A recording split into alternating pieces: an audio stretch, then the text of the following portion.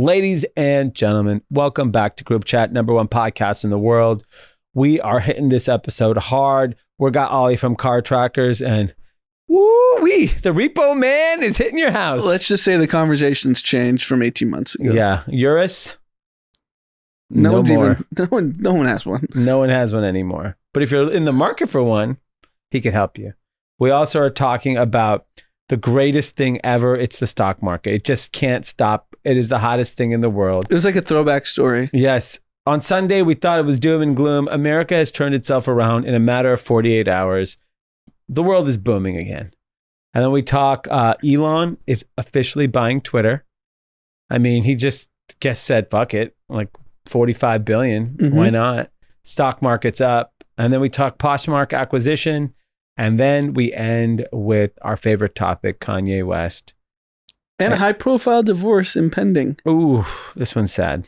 All right, let's get into it. Cash.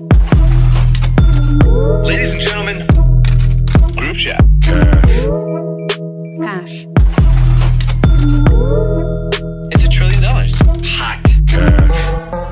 All right, everybody, we are back with another episode of Group Chat. And of course, we have to have our resident car expert, Ollie from Car Trackers, on the pod. Welcome back, Ollie. What's going on, guys? How you doing? You know, you sound a little somber. I know. You mean, dude, what's going on? It sounds like car prices are dipping based on your voice. Yeah, big time. It's been tough. This last quarter was a rough quarter. It's probably been the worst quarter in 2 years, a little over 2 years. Demand is dropping. Interest rates are going up. Banks are tightening up on, lending, and it's getting a lot tougher. They're either asking for more down or it's just the requirements are changing big time. So one of the things you mentioned last time is that your credit for a car is different than your credit for your credit score. All that matters for cars is that you make your car payments on time. Yeah, that's still the case. It's still the case. So if you have a repo, it's going to be tough to get into the next car. Problem is, the banks, they're looking at this, they're checking to see how you are paying how you're making your payments. And if you can't keep up with those car payments, they know that you're going to repo on your next vehicle as well. And so what about what's going on right now so you're saying people are being required to give more as a down payment. Yeah. So what is it typically? It depends. I mean, people with good credit, it's, sometimes you can get out of, you can drive off with a car with zero down. Now they're asking, $2,000-$3,000 down. They want some, like a little sign of good faith. Exactly. If you have bad credit, typically, it's been $3-4 grand down. Now they're asking for $5,000, $6,000, $7,000 down. What's considered bad credit in the car world? Under 600 is definitely really bad credit. Yeah. If you have repos, it's considered non-starter. It's considered roach credit. So that's like a term that dealers use, roach credit. Roach credit's good. What's going on in the chips of the cars? Has the inventory made up at this point? Inventory is getting better, but I'm hearing, I seen an article recently that came out that chips are still an issue and will be an issue until 2023. I don't really have too much intel on that, but inventory is definitely getting better. I saw that GM is back to like normal inventory levels from 2 years ago. Yeah, they posted that today. I think they sold the most cars in Q3, right? Yeah. I think they beat out Toyota. Because our mom just turned in a car at Mercedes, and she said typically she's had a Mercedes for, I don't know, a new one every 3-4 years for a long time. Yeah. And they didn't try to hustle her into a new car. They just took the car and said, thanks. Really? And she was like shocked because every experience she's had prior to this, they're like, hey, what do you think about this car? And they try, that's their job. So I was kind of surprised to hear that because I thought inventory would be back up. So maybe it depends on the model. In the used car market, are you seeing across the board reduction from low, mid-tier to high end? Or is there one particularly getting hit? Definitely high end is getting hit. I would say anything over 50, 60 grand is taking, still taking a big hit. Under 20 grand has kind of solidified itself, and the prices aren't really going up or really going down. It's now what's like affordable. It used to be under 10 grand, but all those 10 grand cars are now 20 grand, right?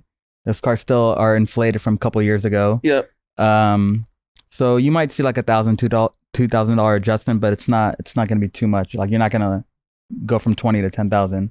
But $100,000 car is probably worth like 70,000. Is there any particular model that's held up through this kind of correction? What do you mean by that? Like a specific type of car that, despite obviously everything slowing down, it still holds value? Or everything across the board is just down? Hondas and Toyotas are holding strong. Okay. Really? Yeah, definitely. Hondas and Toyotas are hard to get. Their inventory levels are still low. It's hard to get any of those cars at MSRP. Is that just because of price? It's the price point. That's so interesting because Anand was making a comment. He saw the local pizza guy delivering pizzas, and he's the one that owns the pizza shop. Mm-hmm. And he was asking him, like, why are you delivering the pizzas? He's like, I can't get workers. What's interesting across the board, what you're hearing is that everything on like the lower end of the spectrum, whether it be employees, salaries, or cars, or even items that are inexpensive, are in such high demand. And then, it's kind of like this upper middle class person that seems like is going to get punished this recession disproportionately to like if you're a person earning under $100,000 a year, you're probably in high demand at many jobs, whether it's be service or white collar or whatever, blue collar, because that's a salary now that it's like you can stomach in a bad climate. And so whether it's someone delivering pizza, someone working at a white collar job, similarly in the car business, you're saying the same thing where like Honda and Toyota are basically unfazed by the market because there's just disproportionate amount of people that are willing to pay sharp prices. And this higher end sector, not truly luxury, but like someone maybe in that 150 to 350 income where there's a lot of Americans in. So like a 5 Series probably gets hit the hardest. Yeah, 5 Series. I mean, you can get those under sticker now. That's crazy. Yeah. Because that's exactly the car that a 150 to 350 person would go get. Yeah. Yeah, definitely. And so if you want, if you're thinking about like this from like a business standpoint, what do you think happens over the next 6 months? Like everyone's joking Urus are sale for everywhere. And I think I said that here 6 months ago that Urus has got to been hit. And you said it had been. Is it getting worse or is it kind of flatline? No, what's the Urus index? Urus has pretty much flying. I mean, it's pretty much the price where it's at right now is where I think it's going to be till the end of the year. Just because, remember I brought up last time, there's a tax write-off for that 6,000 pound and over vehicle. Yeah. So those vehicles are still kind of holding steady. I mean, they've come down quite a bit from where their highs, but they're still, they're holding strong right now. And so do you foresee, so someone said, I think Morgan Stanley sent out to as a financial advisor to their clients, if you're interested in buying a new car at this at the end of the year, this year is an incredible time. It's a great time. Really? Yeah, the inventory is definitely piling up. There's a lot of aged inventory as well. A lot of dealers are like holding on to vehicles more than like 60 days. And that's a big no-no in the car industry. You never want vehicles over 60 days because of their flooring lines. Yeah. They got to clear those vehicles and bring new vehicles in. So you just gave me an offer on a Friday night, like at 10 p.m. Can I say it? Yeah. This was like 10 p.m. Friday night. I'm like dozing off to sleep. He's like, hey, you gotta let me know right now. Do you want a Toyota Highlander, which I don't know what that car was, for like $350 a month? Yeah, that was a ridiculous deal. Ridiculous deal. I remember you told me you needed a 7-seater, and I know you're kind of stuck on the Pacifica or something similar to Pacifica. So I was like, hey, you know what? Let me just hit him up and see if he's interested in this. Yeah. And it was a great deal. So one of our dealers got 25 randomly. They had no idea these cars were coming in. Just 25 showed up, got delivered, and the GM was like, hey, we need to blow these vehicles out. So they had a very competitive credit union lease deal, which is different from a traditional lease deal. So that deal itself beat Toyota's deal by $300 a month. Wow. It was ridiculous. So all 25 sold within a day, within like 24 to like 30 hours. It was crazy. That's nuts. Wait, why didn't you jump on it?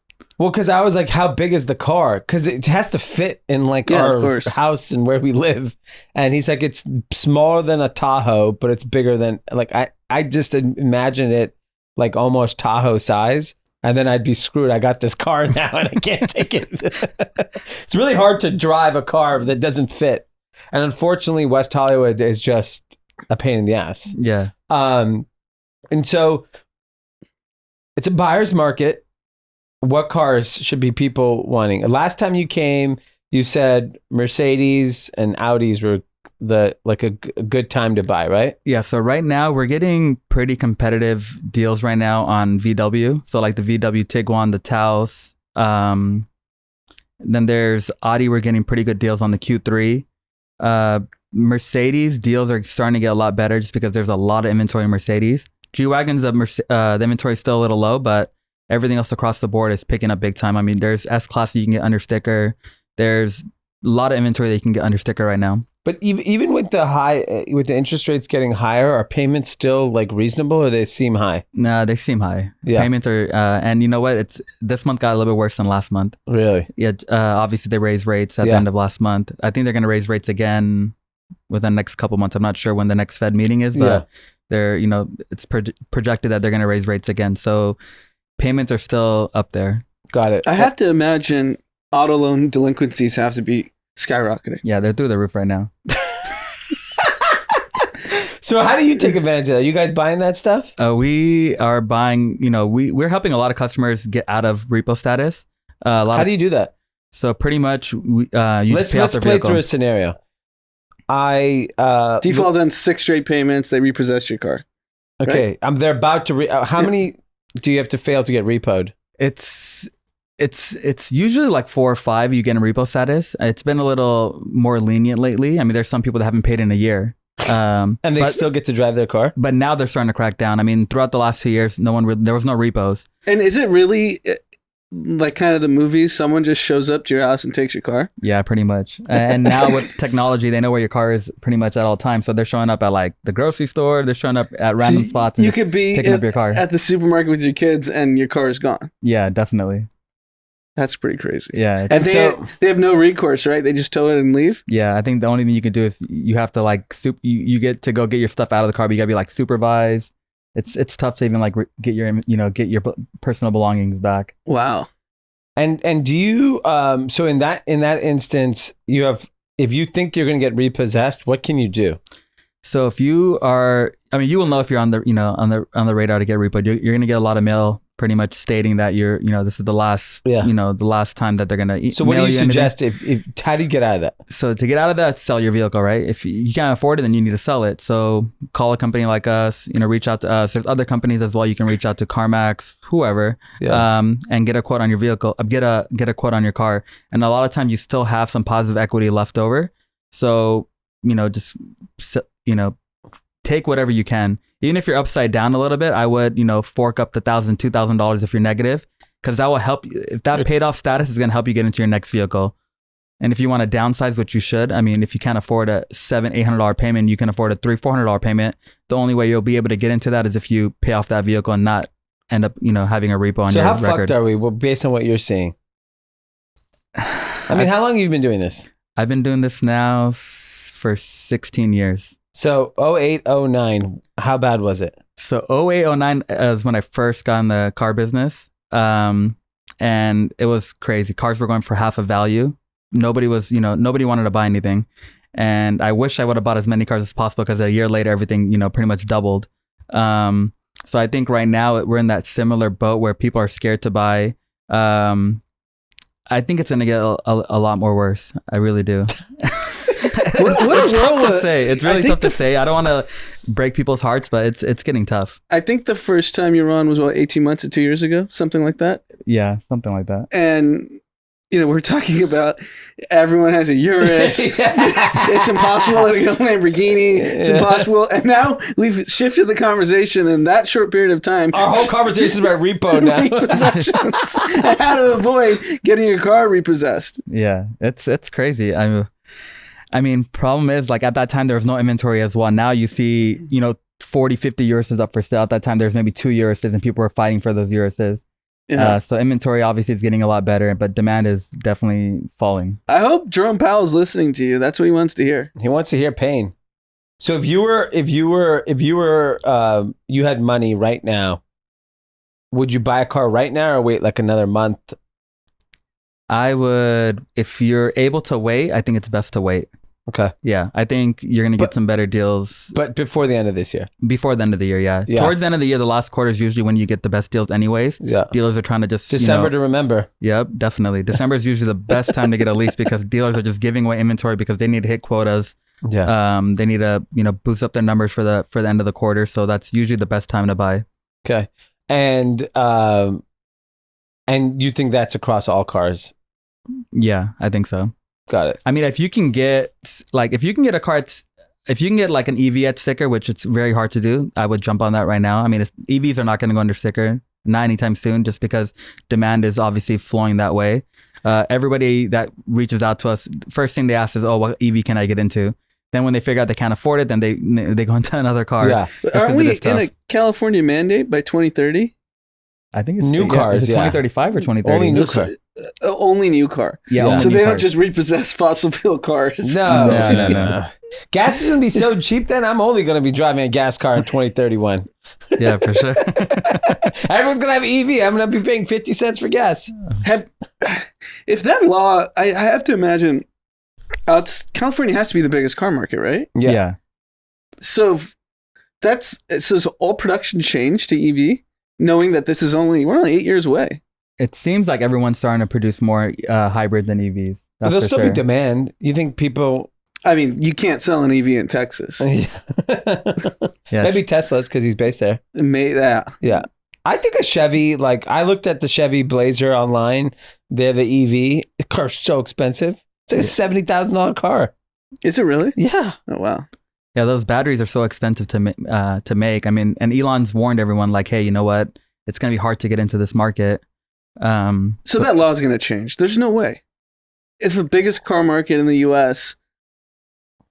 It's not going to be able to supply demand for unless EVs. there's clear indication the battery technology can be more efficient. And it's somewhat predatory. It's clearly more expensive. Well, you got to assume that at some point that stuff gets cheaper to make. Right. Oh, it could go the other way where it gets even more expensive to make, and because only few people have the expertise to make the chips, and everyone has the demand. It could be a bad cycle. That's interesting. What else is going on? Let's see. Pretty much. So what we noticed a lot lately is customers are definitely disappointed with the offers they're getting, just because their cars are not worth what they were a few months ago, right? If we've had customers reach out to us, say 3-4 months ago, we gave them a quote of say 50 grand. They reach back out to us and our quotes dropped to maybe like 43,000. Wow. So we're seeing like difference. Big difference. And it's a tough pill to swallow. So are people still selling, or are they saying, "Oh, we'll hold off"? So a lot of people are doing. They're like, "Hey, I'm going to try to sell it privately." But little do they know is when you go and sell, put a car up on Auto Trader, Craigslist, your first day you're going to get blown up by dealers. It's literally dealers. We have our own in-house department that literally just searches Craigslist, trolls all those sites, and contacts customers. So we'll have customers just surprised that it's dealers calling them, and a lot of times it's a lot of private dealers that are not big names, and you'll get a lot of people calling saying they're buying it for their friend or their family or their dad, their kid, but they're buying it to flip. Yeah. And we get a lot of them. It's typically like Middle Eastern Indian people. So you'll get a guy named Alex calling with the with the Indian voice saying, I'm it's calling like the call center. Yeah, he's like, I'm calling about your car for sale, It's Alex. His name is Alex, but his name is probably like, Akshay, exactly. And it's the funniest thing because like we'll talk to customers and I'll tell them, we'll tell them exactly what's going to happen when they list privately. And a few calls in, they'll call us back and be like, hey, you were right. I'm getting blown up by dealers. I'll just take the offer because they don't want to deal with all this like shadiness of people just, saying I'm buying it for a kid, whatever, just making up stories. So you're not necessarily getting more money by selling it on yourself. Definitely not. I mean, you could, but it's not. You're not going to sell it within a week, right? Yeah. It's going to take some time. The car's going to have to, be listed. It's just like all the dealers that are listing their cars. They're getting aged. Yeah. You're going to have to hopefully find a kid or someone that randomly going on Auto Trader and wants that car. Yeah. They wants that car. Yeah. But it's not something that if you want a quick sell, it's definitely not going to happen. I would say it's usually the turn time on selling a car to an actual private party individual is usually like 3 weeks. Wow. If you're willing to wait, then that might be your best option. But typically people usually want to get out of a car and get into the next car right away. Okay. Well, you heard that. You heard it, people. If you want to sell your car, better move fast. Yeah, definitely. I mean, but the argument should be like, you should actually sell if you need to sell it, you should sell it now. Because if you think the market's going to get worse in 3 months, that means the offer they're going to get is going to get substantially worse. Yeah. And I want to throw something in there. So, I mean, it's sad to see what's going on in Florida, obviously. But, you know, my prayers out to those people. But, you know, there's I guess a silver lining for the people out here. Their values are we're going to see a little spike in values soon, just because all those dealers, all those rental companies, they're going to have to replenish inventory, right? So we will see prices like for maybe a month or so kind of come back up a little bit. Really? So this might be, you know, a little pocket where you can, you know, maximize a good time. Yeah. Wow. That's interesting. Yeah. Because all those people need to replace their cars. Yeah. So we had an auction today, and we've seen a lot of rental companies buying today. These rental companies have been buying for months, and they came back today. So we've seen a little spike in pricing today. Wow. And it's typically going to be like your, you know, 3-4-year-old car under 40,000 miles, something that they can put back on a rental car fleet. Those will spike a little bit. Is that why these, like, I look at these Chrysler, I looked at a used Chrysler Pacifica, some website. Every car's 2 years old, has 70,000 miles. I'm like, who the fuck was driving this car? Driving to Idaho. I mean, I drive 5,000 miles a year. I'm like, where are these people going? Fascinating. So if you want to sell your car, you hit up Ali from Car Trackers. If you want to buy a new one, your new business is called Below Invoice. Below Invoice, yeah. And so you'll help people source their cars. We'll help you source your vehicle. I mean, how do we find out when you get these like fire deals? I think that's what we all want to know. You know, we usually post it like our Instagram. We have a on Car Trackers? On Below Invoice. Okay. So if you follow Below Invoice on Instagram, we'll throw up random deals. So like we just had a deal last week where a dealer got 6 Escalades in. Escalades you couldn't definitely not get it at sticker. We had them at like $2,000 or $3,000 over sticker. Wow. And these were 15 plus over for the last 2 years. Wow. Whoa. And they're 2023s. They just came in. They're already, I think they might already be sold out. Wow. Sold them pretty quickly. I mean, everywhere I go, someone, like I was at the waterfront Venice, some guy's like, he was listening to the pod, and on my way out, he's like, yo, I sold my car at Car Trackers. I'm like, how many cars did we sell here? Yeah, luckily, group chat, you guys got a strong following. Yeah. So you're going to give our guys and gals a deal for Below Invoice? What kind of offer you got? We need to get these like special fire sale offers. The Toyota Highlander. Yeah, that Highlander deal was good. I'm actually mad. I gotta go see what this car looks like. It's big. It's big. Yeah, it's a good size. I mean, I think it would have been the same size as a minivan. Yeah, just shaped a little different. Yeah, it's more boxy, right? It's a little. I guess it's a little more boxy. Yeah. Amazing. Anything else? I want to tell you guys a funny story. It's about selling privately, and you know, I don't want to scare people, but. It's a funny story where I had a friend come over 3 weeks ago to our house. He brought his family over. And when he was coming over, he's like, hey, I'm going to bring my extra car. And if you don't mind, I'm going to step out for like 30 minutes. I'm meeting someone down the street to sell it. I mean, isn't what you do? Yeah. But isn't it kind of insulting to show up to your house to sell your car? What a piece of shit. So I usually don't mind. I mean, I want people to try to get the best money for their vehicle, right? Like I'm not going to try to profit off a friend. So we had made him an offer. He didn't like the offer, and he listed it on Craigslist. But he ate your food. Yep. And funny thing is, I was like, I'll just go with you. I haven't, been in the trenches lately, and I want to, just go out there and see how like buyers are buying. And we meet up at this gas station right across the street from my house. And dude comes, barely looks at the car. Like it was like I just had like a weird feeling from the get go, just of like how he was just interested in the car. And he's like, okay, I'll take it. And I'm like, okay, this is not normal. You're not negotiating. You're not doing anything. And my friend's super excited. He's like, I'm taking it. Here's a gun. I'm taking your car. So he pulls out the money. He's ready to pay him. My friend grabs the money. He's counting it. He's super excited. Cash money. Wow. And I was like, let me look at that, Umair. I grabbed the money from him. And I'm like looking at it and counting it. And more than half the money is fake. Wow. And I just look at the guy and I'm like, you're trying to pull a fast one. I think he had like maybe $1,000 in real money, and the rest of the money was all fake. Yeah. And the dude just started like, panicking. He's like, oh no, it's real. I just got it from the bank. And I was like, get out of here, man. Like this money's clearly fake. Yeah. And that's scary. Yeah. Why would you even want to do that? That sounds stupid. No, it's scary for both. The seller. I think it's... I'd be shitting bricks if I caught him and be like, you know what? I know this money's fake, but I'll take it. So funny thing is, we end up leaving, and he dropped the car off at my house. He was like, "Hey, I'll just take your guys' offer." So he didn't want to deal with, he already went through that house, and I was like, you know what? I'm just gonna take the offer from you guys and just not even deal with it. That's good. That's amazing. Well, that's an incredible story, Ollie. Always great to have you here. Go to @CarTrackers, below invoice, and then sell your car, buy a car. You want to just talk about repos? Hit up Ollie.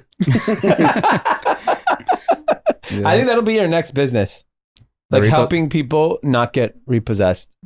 Yeah, I think it's a huge, I bet you if you advertise that, people would take it seriously, because I don't think people want to get repossessed. They just don't know what the options are. Yeah. Yeah, I think you most should people put aren't content educated out on about it. that. I think it's a huge opportunity, because I think it's going to unfortunately be a harsh reality for a lot of people. Yeah, it's definitely going on, and it's numbers are going up big time. All right. Well, let's not hope for Kathy's. Hit up Ollie. Thank you. I appreciate you guys.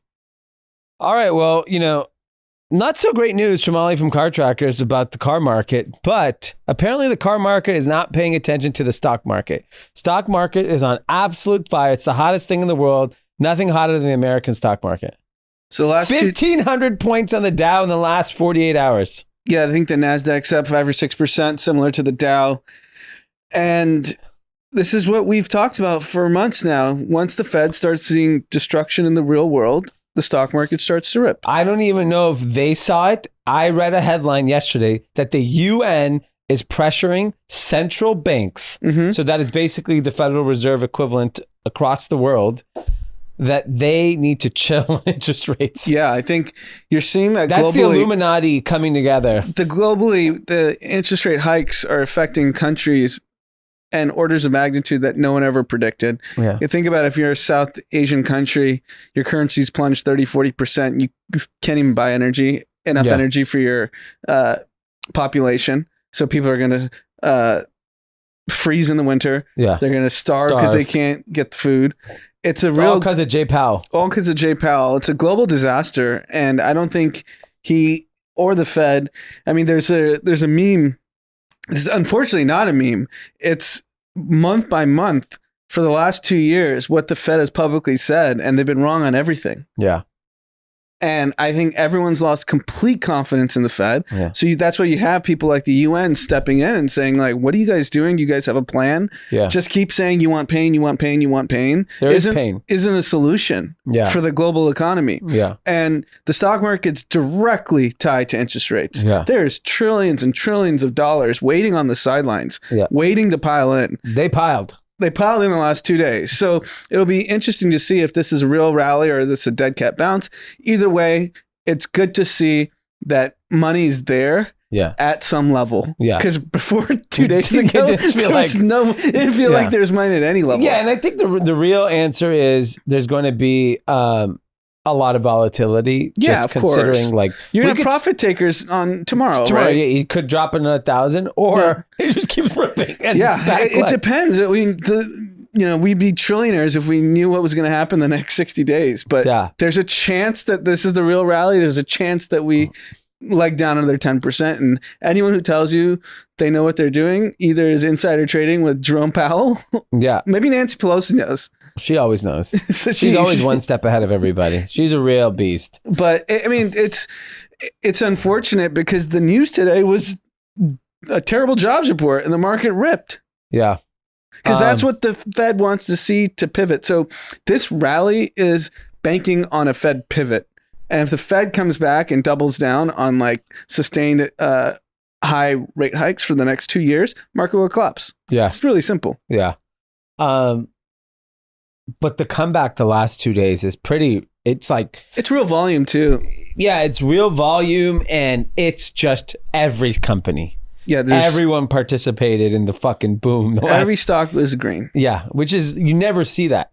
It was retail, it was energy, it was... And growth tech really flew up. Finally kind of got some momentum back, and I mean, I'm sure a lot of financial advisors are relieved, because I'm sure they've been getting a lot of angry phone calls the last couple of weeks. Yeah. And you do some of these growth stocks did 10% back-to-back days. Mm-hmm. That's real. Yeah, if you're a hedge fund and you made 20% in 2 days, you could that's what you do for a year. Yeah, sail away, sell everything, move on. Yeah. You know what I mean? Like, I think now will be, what other data points will we see as catalysts to go one way or the other?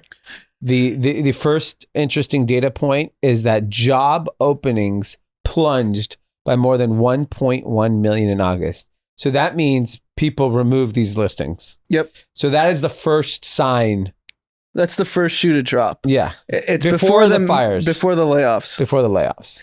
And, you know, we talked about this privately, but I think this is going to be a recession for the upper middle class that gets hit the hardest by far. So I think it's the person making $150,000 to $350,000 a year, and those are going to be the jobs that get creamed.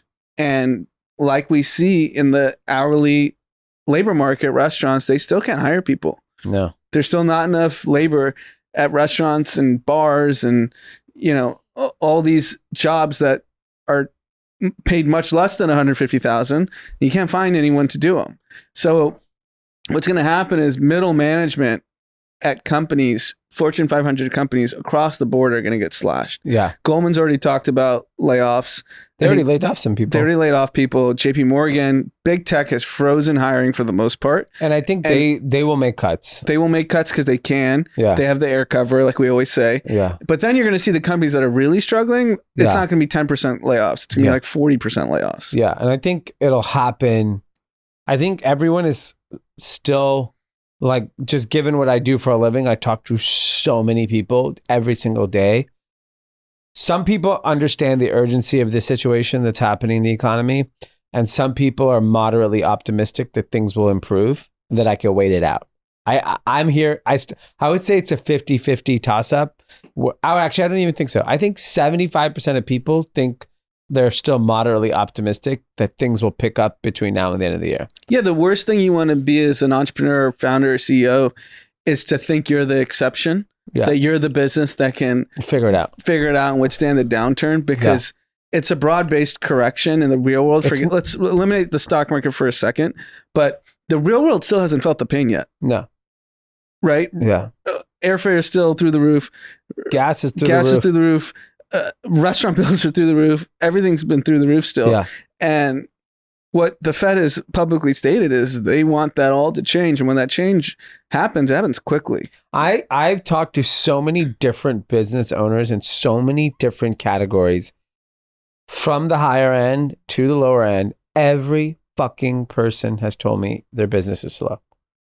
And it's across industries. Across industries, not just in the apparel industry. Every consumer goods is slow. I've talked to people in the restaurant industry. They've told me it's slow. I've talked to brick and mortar retailers, so their business is slow. I've talked to fucking everybody. There's no one that I've spoken to that has told me their business is booming. Yeah, and even if... I don't know the repo man, but I'm sure the repo man is booming. Yeah, think about if you're a mortgage lender, your business fell off a cliff. Yeah, I mean... Yesterday, rates hit 7%. Wow. You know what's really interesting? I've never been to an estate sale. Like, you know, when they have them at their house. Mm-hmm. So 2 doors down from us was an estate sale on Sunday.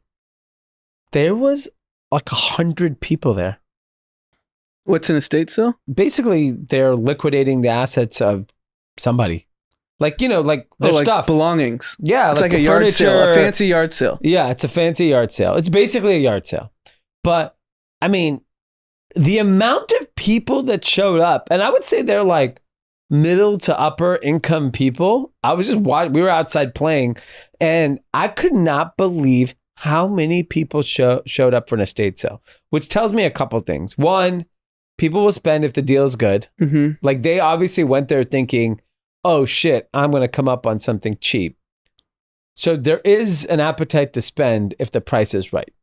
And I think this is where, like, I said this, we were talking earlier, like, I do feel there are clear parts of the market that are showing severe price drops. Like, you are seeing it in consumer goods, not consumer essentials. Like, you need soap but baby formula is not dropping in price. Diapers are not dropping in price. Right. Maybe a soap is not dropping in price, but anything like discretionary that you don't really need, all of that shit has plummeted in price. Yeah. So I guess, do you still think ultra high end withstands this unscathed? Hermes, LVMH, Gucci, name it, name your favorite brand. Yeah, because they're not catering to millions And I of guess people. you don't have, you don't have to sell that much. You don't. to- Like if you're selling a $50,000 bag, like how many people need to buy it? right. There's the universe of buyers are so tiny. For example, you get 2 days that rip in the market like That's this. true. They're the ones I that, guarantee you, everyone's getting a Birkin this week. right. I mean, yeah, you could have made a fortune in the last 2 days. Yeah, someone in Or New York, recovered a fortune. someone in New York probably made $100 million today. Guaranteed. And what do you I think? bet you multiple people. What do anyway. you think that family is doing this weekend? Going to Fifth Avenue, everyone gets something. You eat. Everyone goes shopping. got to send Shay to Fifth Avenue. Yeah, get clean house there. But yeah, I mean, I think I'm just like that was the data point that I think the market wanted too, because that shows that the employment market is Cooling. cooling. And I think And it's really perverted because the stock market is going to root for more bad data. we just need to see terrible news to let this market rip. You just want, I mean, the markets in 2009 were like, dude, think about it. The market ripped in 2009. And people were losing their homes. And I think pain was felt for a minimum 3 to 4 years after. Yeah. And it's conceivable that we're going to see the same thing. And I think the biggest difference is that this is going to be truly global. Yeah. I think 0809 was global. I mean, Yeah, it definitely was an global American because issue. American banks are on. There's a run on American banks, which eliminates the whole financial system. Yeah. So yeah, it's global for sure. This is the whole world. The inflation is so prevalent, and the slowing of the world's consumer is so prevalent in the entire world Yeah, that you are definitely going to. I was told last week that in Egypt you can't take money out of the country. Wow. You cannot, unless you have some sort of government exception. You can't physically remove $1 for an Egyptian bank account to another bank Wow. out of the country. Wow. I'm assuming those kind of currency controls are probably rampant now. Yeah. With the economy collapsing, Especially in these like emerging style Yeah, markets. because if you have it's not that hard to trigger a run on the bank in a third world country. No. If 3-4 people take their money out, it's over. It's gone. But I wonder, like, I don't know what it's like in India right now. It's one of the biggest economies in the world. China, you can't take your money out. You can't take it in. You can't take it out. You can't do anything with it. It doesn't matter. Russia, you can't. I mean, I saw the rupee the other day. It's 81 Mhm. to $1. That's nuts. Yeah, that means The currency's just fucking for a decade, for 20 years, just gone down. yeah, 30 years. yeah. I mean, if you're American, good time to travel to India. You could stay at the Four Seasons probably for $150. You can always stay at the Four Seasons there for $150. I mean, I've stayed there for like $89 before. Probably So breakfast is more than actually staying there. So that's super fascinating. The market ripped so much that it gave Elon the confidence. He was like, fuck it, I'll buy Twitter. $54.90, $45 billion, whatever. What? So he's about to go to trial. Yeah, I think the reports are that he's trying to preempt the trial, and he has already lost a series of motions in the Delaware court. So I think he knows he's going to lose, and he's getting advised by counsel. You better buy this thing because maybe I don't know what the law is, but like maybe there was potential for punitive damages. I know he was on the hook for $1 billion termination fee. So if he didn't consummate the deal.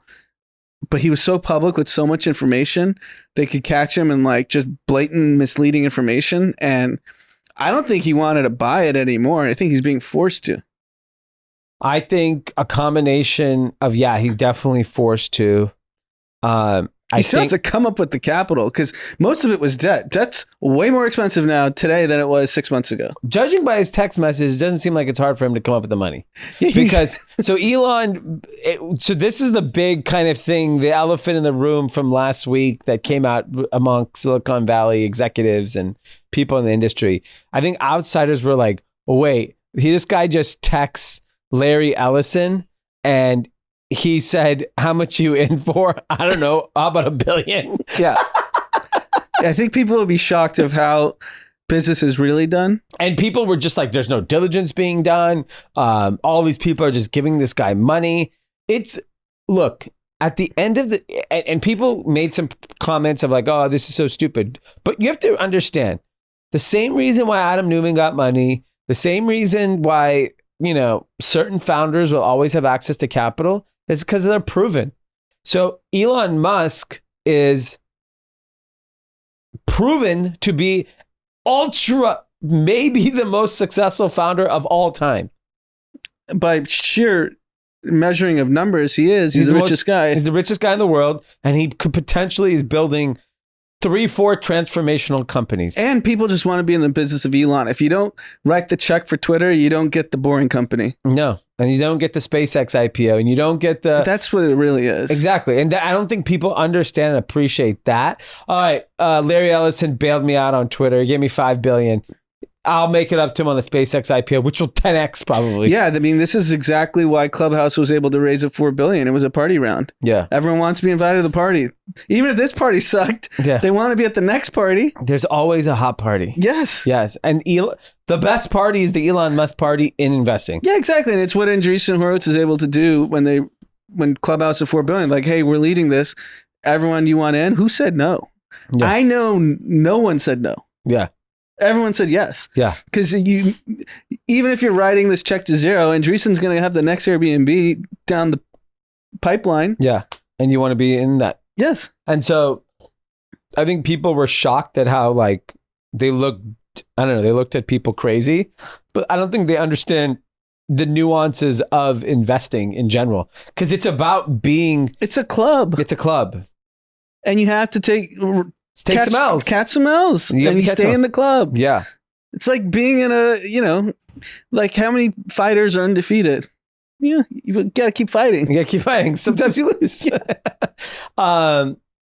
So, look, looks like Twitter kind of said we are accepting his offer. We move to close this immediately. I think the text that I think got the most run was when he texted the CEO of Twitter, "What did you accomplish this week? What did you get done? What did you get done?" He'd be a tough person to work for. Yeah, and it was unclear what he got done. Yeah, and then there was some text like, "Oh, Parag's in Hawaii for 10 days." Yeah. It was pretty invasive text. Yeah. I think there are more, and that's why he's closing the deal. Far worse. Yeah. And I think basically they said, we leaked some. We're going to leak all of it. They're going to ruin your life. He must be saying crazy stuff on text. He's doing this on DM Twitter. Yes. What's crazy is his ability to just talk freely on iMessage, DM, and Twitter, when basically there are platforms like Signal and Telegram that are encrypted. And you're arguably the most savvy technological entrepreneur in the history of the world. Yes. And you're still just firing off iMessages. I think it's just pure I'm untouchable. Arrogance. Yeah. I don't think it's anything other than that. Signal's fine, but whatever. Who's going to ever look at my text? Or what are they going to do about it? He's too big to fail. Yeah. But I think there's some other shit in there, maybe personal stuff. And they're like, look, we don't want to leak this. We don't want to ruin your life, but just buy this fucking company and move on. Yeah. It's like similar. He has the stock to do it. He has the stock and he'll get the money. The banks will lend it to him. It's just be much more expensive. Yeah. But it's interesting when you're Elon because of that arrogance that you're talking about. It's similar in all these insider trading scandals. You see the 22, 23-year-old go to jail. Rarely do you see the big boss banker who's the seasoned veteran Wall Street guy go to jail. Those are very few and far between. Yeah. But every year you see some poor 23-year-old Indian kid that just gets the fall guy. But yeah, I mean, it looks like this deal's going to get done, and it's going to get done quick because I'm assuming there's no more funny business from now. And Elon's first order of business, I think, is going to put Trump back on Twitter. He's got to monetize it. Yeah, I mean, what happens to Truth Social? Maybe Elon buys that too. Can you imagine? So think about the ramifications, right? We know it's very obvious Trump is extremely popular in the country because a lot of his candidates keep winning. And he's been off the platform. It can go either way, I feel like. I feel like the Trump kind of brand benefited from him not being able to say dumb shit every day. Yeah. Or does it just make him just completely unstoppable? That he comes back on? Yeah, that he comes back on and we're in an election cycle starting in January. As soon as the midterms are done, the presidential election cycle starts. I mean, Twitter is going to be, I'm sure, sees a surge during elections anyways. Or do you think Elon's just buying it and like, fuck it, I'll king make? Yeah. A one-up Peter Thiel. Like, yeah, you're getting JD Vance in Arizona. I'm getting Trump back. I'm getting Trump back on Twitter. I mean, if Donald Trump's come back on Twitter tomorrow, it's a record day in Twitter history. Yeah, especially because he's facing like 6 different lawsuits right now. You see, they reached out to the Supreme Court to not release the Mar-a-Lago findings. If Trump just hops on Twitter and goes, no new phone, who dis? I don't know, man. I think it's possible he becomes bigger than ever. Yeah. Like people are missing the content. Yeah, there's a lot of content we're all missing because of him not being. Because you have no access to him. We don't see him anywhere. No, I don't watch Fox News. So I don't see him when the random interviews he does. Yeah, he does, but he just barely pops in and out with Hannity once in a while. Yeah. But yeah, I mean, look, I think Elon's got to figure out how to make some money on this purchase. So just let it be it's private now. Who do you think? Do you think who's going to run it? Do you think Jack comes back? No, he's enjoying his life. Yeah, he seems like he's having fun. I don't know. I don't know what the move is. I mean, it has to be someone big. I don't know. I think it's a tough one. Yeah. Curious to see how it all plays out. He's definitely firing Parag. Yeah, I mean, Parag should just quit. Honestly, he gets a parachute, I think, of like a few $100 million. Okay, yeah, then get fired. I mean, for Parag's sake, he won. Yeah, he got an CEO for like 12 months? And he got an exit. Mm-hmm. Created shareholder value. That is your job as CEO. Yeah, it's fair. Parag won. Elon, I don't know what the fuck he's going to do with Twitter. I think he just was like, whatever, I'll buy it. Yeah. I'm not dealing with all this shit all the time. Why you always come to my house talking about depositions and shit? I love it. I think it's amazing. It's just, I mean, what was was it 45 billion is the final price? 44 billion, yeah. Fuck. Yeah, stock's up 22% today. Insane. Yeah. Well, what a way to end that saga. It's unbelievable. Mm-hmm. Curious to hear from Twitter employees what the mood is internally. Curious. In other news, which, you know, dwarfs in comparison in terms of size, but still really interesting. I don't know how to pronounce the company. Is it Naver? It's Naver. Naver, which is, I guess, the largest website in South Korea. It looks like it's their search engine. Yeah, it's similar like Google, Facebook. Got it. They have bought U.S. e-commerce site Poshmark for $1.2 billion. Yeah. Which is pretty interesting because I don't understand the synergies yet because they don't really have American assets. So is Poshmark popular in Korea? Do they believe they can bring it to Korea? Are they entering the American market? And this just looked like a cheap option to get in the space. It sounds like they have a big influencer business. So they probably think there's some tie up there with driving influencers through Poshmark.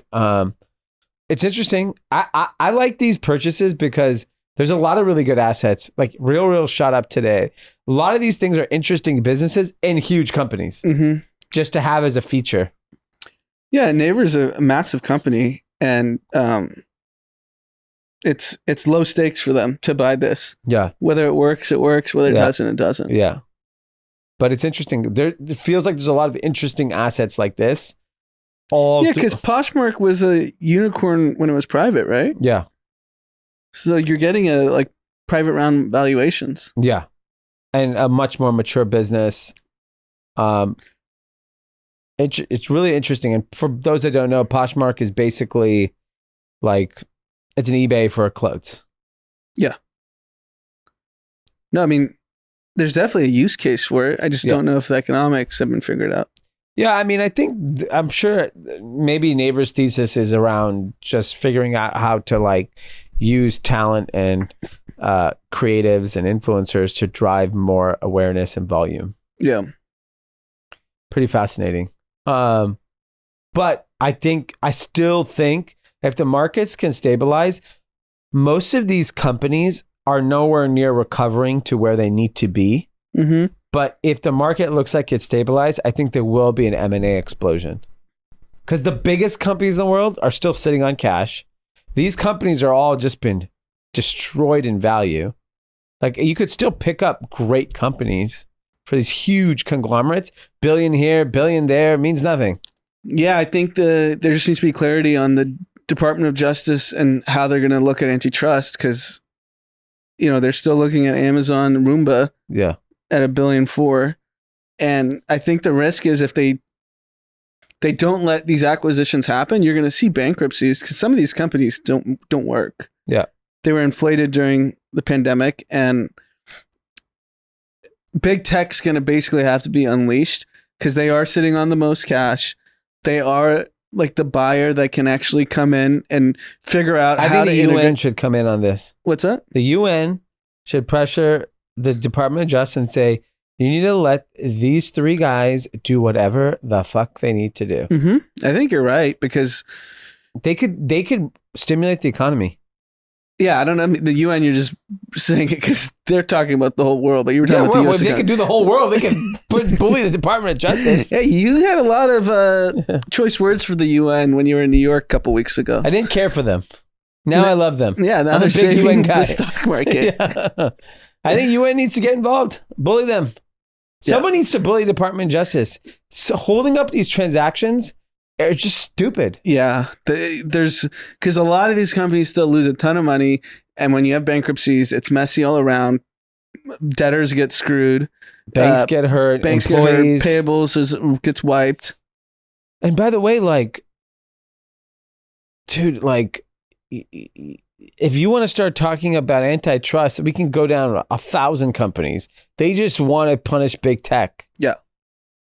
They're not the only companies that look like they're a little antitrusty, but that's just the flavor of the month in terms of what. Well, it just plays well because it's the big, bad, evil Facebook, evil Apple, Tim Apple, Jeff Amazon, and Google.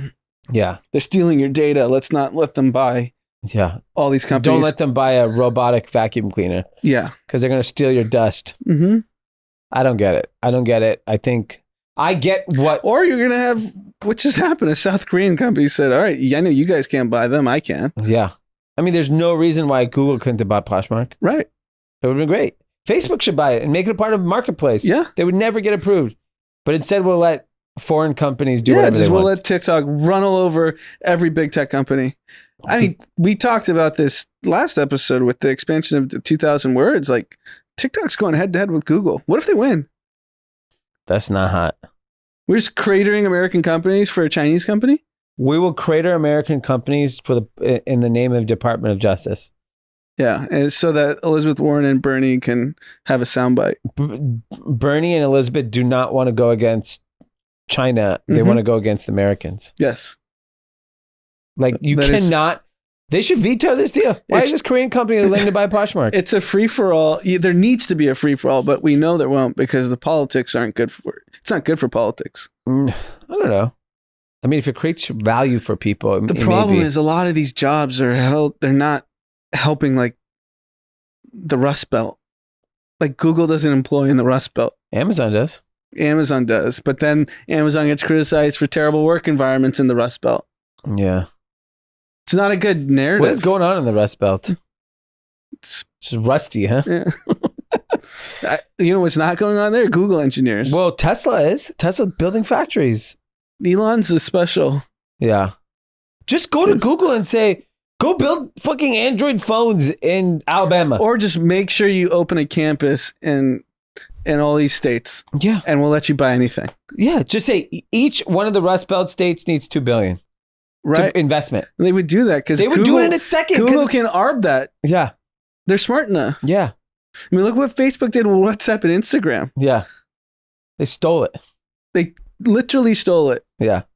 Instagram specifically. Mhm. WhatsApp, they haven't really monetized. Yeah, It's but they have the whole world's data. Yeah. But the Instagram they stole. Yes. We should let Zuck buy Be Real. I think you got to unleash the Zuck. He's the last savior for America. I mean, they're just letting his stock get cratered. Yeah. Do you think, I mean, who, of all the CEOs of big tech, he's the last founder CEO. He would go ape shit if he was able to. What's he buying? He's buying Coinbase? He's buying everything. Yeah. I think he buys Coinbase because he knows that's an payments and it's an important part of the metaverse strategy. Yep. I think he has to buy it, right? Yeah.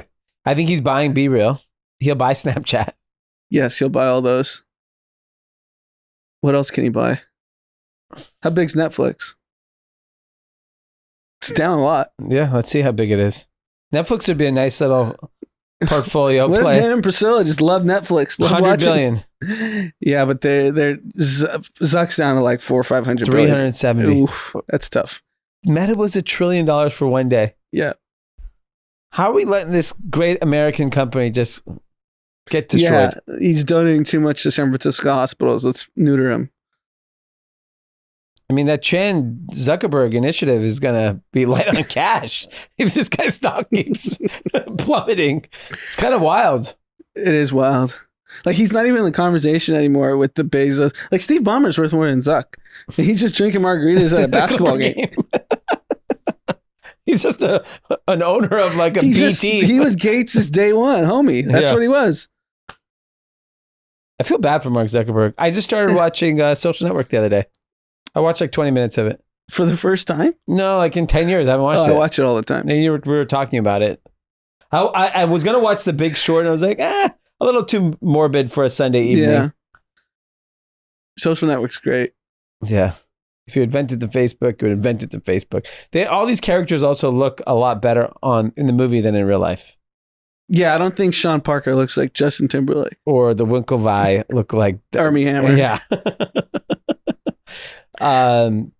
Nevertheless, and Eduardo doesn't look like Spider-Man.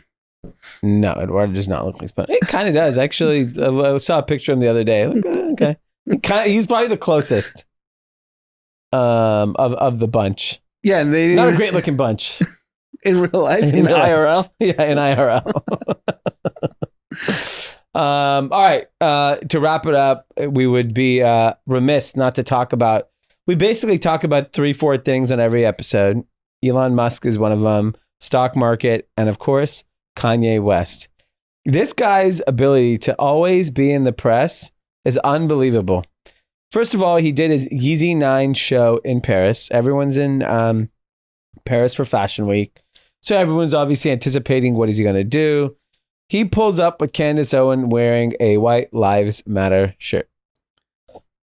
Then he goes on a whole rant that Bernard Arnault is his new Drake and attacking him, which I don't understand why he's attacking him. Unclear to me what the correlation here is. I'm assuming because he didn't get the design directorship that Virgil did. Sure, but I mean, dude, come on. Tay was saying that he went on a rant that Bernard killed Virgil. And then his friend Tremaine, Kanye's friend, and I think former art director for Yeezy, went on a whole rant post on his Instagram, and Kanye posted it, and in the caption wrote, "In war, they will send your own people at you. Good one, Bernard." Thinking that Bernard Arnault made this guy Tremaine post saying, basically he went on a whole thread on how Kanye was talking down about Virgil even when he was sick, and even after he passed, he kept talking down on him. And that another woman that Kanye was attacking on social media said, "Keep her out of your mouth. You're not a victim. You're just an insecure narcissist that's dying for validation from the fashion world. That's crazy. He never ceases to amaze me in a negative way. I mean, I just don't understand. Kanye posted, LVMH is trying to kill my friends one by one. What does that even mean? That's an insane statement. And he and Virgil, I mean, you guys, I mean, he had a rare condition. Yeah. It happens. What are you talking about? Yeah. And it's just mind blowing. I'm really, at what point, like, I'm not a consumer of his goods. I listen to his music. I think he's fun to watch. But at what point do people draw the line? They're like, we cannot touch this. Nothing. It doesn't matter. I mean, he wore a Like, White Lives Matter shirt. If you launched that shirt today, how many million units is he selling? However many they can make. Would you see kids walking up and down Fairfax with White Lives Matter? Yes. I think 100%. They're wearing Free Larry Hoover. They don't even know who that is. I think Jordan's a big Kanye fan, right? Are you rocking White Lives Matter, Jordan? Fuck no. At what point do you never support Kanye West? Who in this office? I don't know if Ari's a Kanye fan. Javier, you're a Kanye fan. He's rocking White Lives Matter 100%. Are you Gray Lives Matter, maybe? Larry Hoover. He was big on Larry Hoover. I just don't know. Like, if Kanye does a show at the Rose Bowl, SoFi Stadium tomorrow, sold out in LA? 100%. 100%. So it doesn't matter. There's no way he's losing his fandom. I unfortunately don't think so. Wow. Which I think reinforces this behavior. How much, I mean, he was diagnosed as bipolar. Yeah. How much of it is he's like, maybe he's still on his meds and it's like, I can do whatever I want and mask it under that. Yeah. Man, it has got to be. I mean, who sends their kids to that choir? Or the actual school. Yeah. Imagine that drop off. Poor kids. Kanye's kids don't even go to the school. No. They go to Sierra Canyon. Yeah. It's widely known. Yeah. Oh, man. That's tough. It's really tough to be in that ecosystem because, like, you know, these guys all his peers are losing it. What do you mean? Yeah, they're just like, they're turning on him. Yeah. Has Dave Chappelle turned on him? He was one of his supporters. I don't think he will. I'm curious. If he turns on him, I think you can eliminate the like 40 plus crowd ever following Kanye again. But yeah, I don't know what could cause a 22-year-old to not like Kanye. Yeah, I mean, especially because if you say the mental health thing, kids love mental health. Yeah. So they'll justify it and say, like, he's sick. What do you want him to do? Yeah. But he makes great music. He made great music. It's true. It's not making anything good right now. I feel like they also separate the music from the person. Like, people will still listen to his music, but like they won't fuck with him as a person, or like maybe even his clothing line. I don't know. Shoes keep selling out. So when you go on StockX and GOAT, the first thing they show you is a pair of Yeezys. Yeah, it's true. That means that shit is selling. Yeah, unfortunately, certain people, similar to Trump, reach a level of stardom and fandom that it doesn't matter what they do. Yeah. And they maintain it. Trump is a perfect example of that. Yeah. He's untouchable. He said the most vile things in my adult lifehood that would have canceled anyone else but him. Yeah. And Kanye is kind of encroaching that territory too. Yeah. Interesting. Well, best of luck to everyone involved. I'm glad I have nothing to do with it. And do you think kids are bringing it up to those kids are not that young anymore? The oldest, for sure, knows what's going on. She has a phone. I'm sure she's on TikTok. No, I mean, at the playground at like Sierra, her kids. Her other kids like, whoa, your dad's crazy. Kids say crazy shit. Yeah. I also don't. I think kids do say crazy stuff, but it's I don't know. At these private schools, like they're very careful with that type of tone and talk. Like I don't think it's as reckless as when we were kids. It was raucous when we were kids. Yeah, I mean, nothing was off limits. Yeah, I mean, I'm first grade, I got called the N-word. And I was like, whoa, what is that? I don't even know what that means. You know what's fast? This is like insane from our era where I'm 39 and you're 42. Eric Weiss was at his parents' house looking at a Granada Hills High School yearbook that you were and Matt were in, but we weren't in high school yet. There was a white heritage club in the yearbook with 25 white guys. That was in Granada Hills in the suburbs. Wow. Eric was What like, were they celebrating? white heritage. But if that was going on in the valley, in a suburban liberal valley, Yeah. what was going on in the rest of the country? A lot of White Heritage Club is like the hot club. Everyone's in that club. That's unbelievable. All right. The only other piece of news I wanted to talk about, people are reporting that Tom Brady and Giselle are hiring divorce attorneys. Whew. This is all to play another season? There's no way that that's what they're fighting over. I think that was probably the tip of the iceberg. Yeah. I think you can get over that. The season's almost over. 3 months. I think it's more, I mean, just defiance. Because unfortunately, Tom Brady, yes, he's the GOAT. But dude, you're at 45, still getting hit in the head. Yeah. He would defy the odds medically from not having any neurological long-term damage. And that's reportedly what Giselle kept saying for him to retire. Like, you're still healthy. You did it. You proved it. You have. You're the GOAT. I don't know if they have 3 kids or whatever. Yeah. Like, are you going to be around in 15 years? Yeah. You're just addicted. I mean, if he really just wanted one more season and he sacrificed his family. Yeah. I think that's conceivable. I think these people are addicted. The Michael Jordans, the Tom Brady's, the Kobe's. They just don't know their life outside of it. Yeah, it's the routine, especially him. He's like, what is he going to go do? Yeah, you know what's interesting? I was listening to someone that, remember he left training camp for a week, 10 days. Yeah. And they claim he went to the Bahamas to try to repair his relationship with Giselle. This is what was reported. And he brought Alex Guerrero as trainer. So what he's like, babe, I know we're in the middle of this, but I got to go knock out some push-ups. Like, he's a savage. I just think he's a savage. Yeah, he just wants, he's just built different. So that means he's going to play another 3-4 years.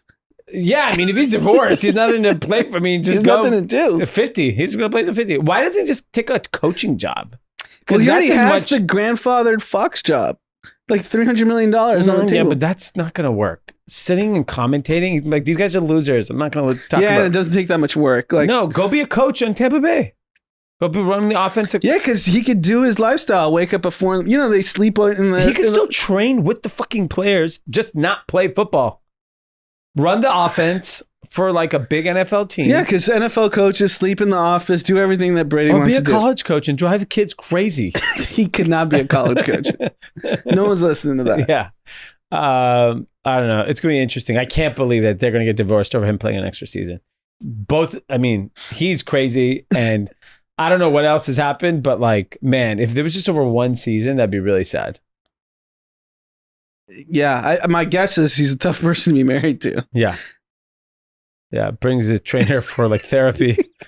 Think about it. You're going to save your marriage and you bring a TB12 team to Bahamas. Oh, man. That's rough. All right. Well, that's all we got for news. We're going to end with a big shout out for our own in-house TB12s. Javier ran the St. George Marathon. Apparently Shay did too. But his numbers were not that quite impressive. But we'll still give him a big shout out. What was the time, Javier, for your marathon? 3 hours and 57. 3 hours, 57 minutes. What was Shay's time? Like 4:30. I mean, I was like 4:45. I mean, come on. And I'm, 15 years older than him? It's yeah. Kind of disgusting, Shay. Well, congrats, Javier. Breaking 4 hours is a big deal. Yeah. When he told me that, I was very impressed. It was a downhill race also. But there's some elevation in Utah. Yeah, downhill. Yeah, you're going away from the elevation. Yeah. Well, congrats, guys. I know you guys had a big crew. Training is hard. Doing a marathon is impossible. It's the hardest thing I've ever done. Yeah, I saw you after yours. It didn't make me want to jump into a race. No. I mean, I blacked out. It was tough. Yeah. But congratulations. And, hopefully I'll join you on the next one. I know I can keep up with Shay. Shay better be at Run Club Saturday. We didn't whip his ass into shape. All right, guys. See you later.